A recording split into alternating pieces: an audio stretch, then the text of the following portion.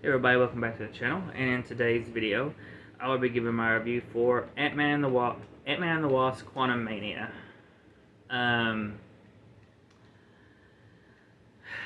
So passed on this because I just wasn't in a Marvel mood. Have been in a Marvel mood for a while. But we recently watched Thor: Love and Thunder, so decided to give this a watch because I passed on this one too, just to see, because I enjoy the first two Ant-Mans. Was hoping to enjoy this one. So I want to have kind of a controversial, probably, opinion with this movie. But it is what it is. It's my opinion. So, but we'll say that for in a minute. So as for cinematography, I thought the cinematography looked fine as usual. It's a Marvel movie. They really the cinematography usually is fine. Unfortunately, it did give me sort of slightly a Star Wars vibe. I'm not about. I love Star Wars, but I would not want that in a Marvel movie. But it did give me some Star Wars vibes. There was a scene with in there where our villain is in the prison cells, and they have Scott Lang's daughter and Scott Lang in the cells, and the way he's like controlling them reminded me of Vader using the Force and stuff.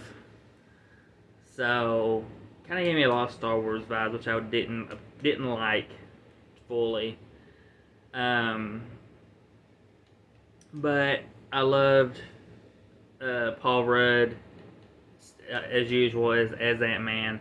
The comedy worked. The action scenes were good.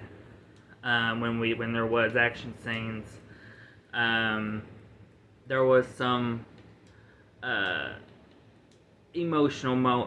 some slight emotional moments in here. Nothing to make you tear up or nothing, but you're sad to see some of the characters go. But the one big drawback, and one thing that really drug this film down a lot for me, is Kang. So when I originally heard about this film, Kang was supposed to be this. I thought this like Thanos style villain, very powerful, very menacing, and I didn't see him. I think he was supposed to be in the Loki series, like real quick in that series, in and out in that series. I didn't watch that series, so I have no clue. I didn't know what he looked like, really, what he was capable of, anything. And then when we got to this, when I watched this movie, I just found his character to be very boring. I found his character to be not that tough, not that menacing.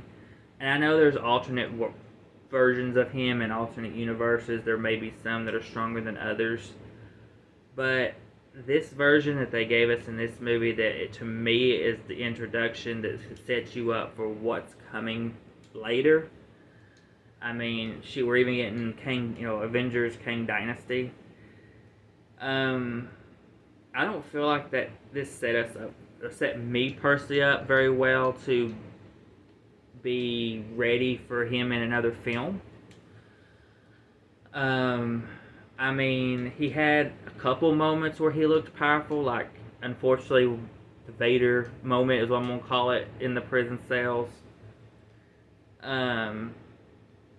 But the way Jonathan Majors portrayed the character was very lackluster, very kind of more boring and dull, besides not very menacing, in my opinion, for me personally. And he seemed to be defeated very easily.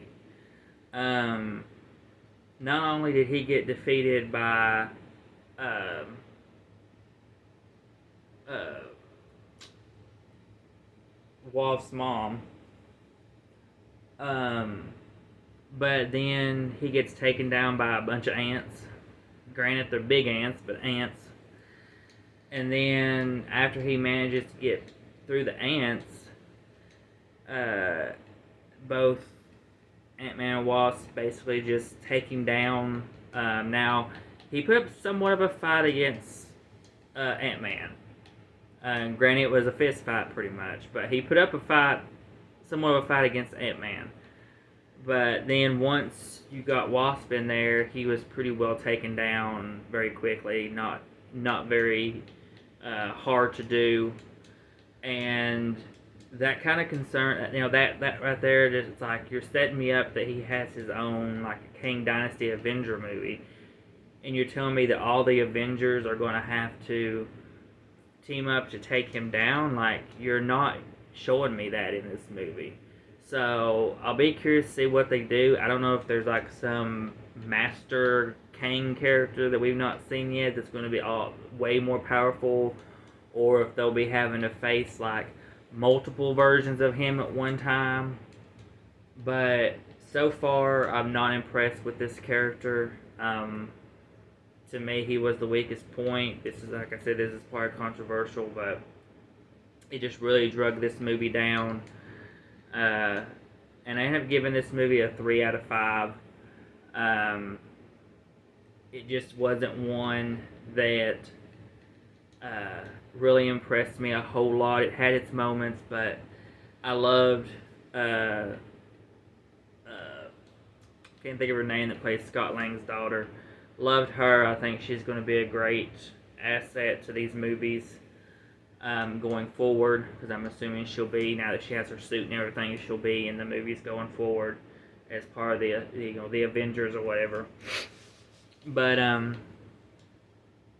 yeah, we'll see kind of what happens. I know Major's gotten some trouble, so we'll see if he is even going to still be Kang, if they'll have to recast him. If they do recast, I hope whoever they recast is more, brings more to the character. Like I said, I don't know if it was just that's how this character is or what, but it just didn't work for me. I know it didn't even really touch on MODOK, just because we've all heard the issues with him. Everything looked decent except for the face.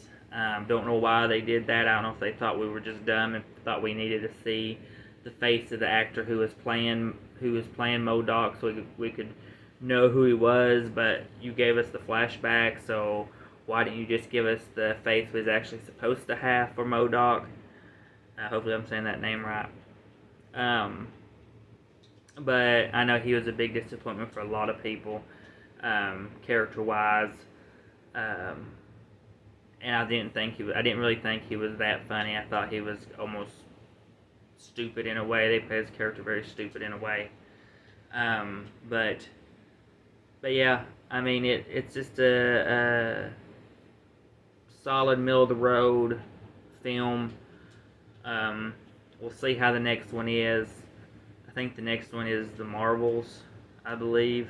So, if I'm not wrong, but I'll probably end up watching that and hoping for the best. I'm not a Captain Marvel fan, so I'm curious with the other ones in there to see if I can enjoy it more with having the other women with her.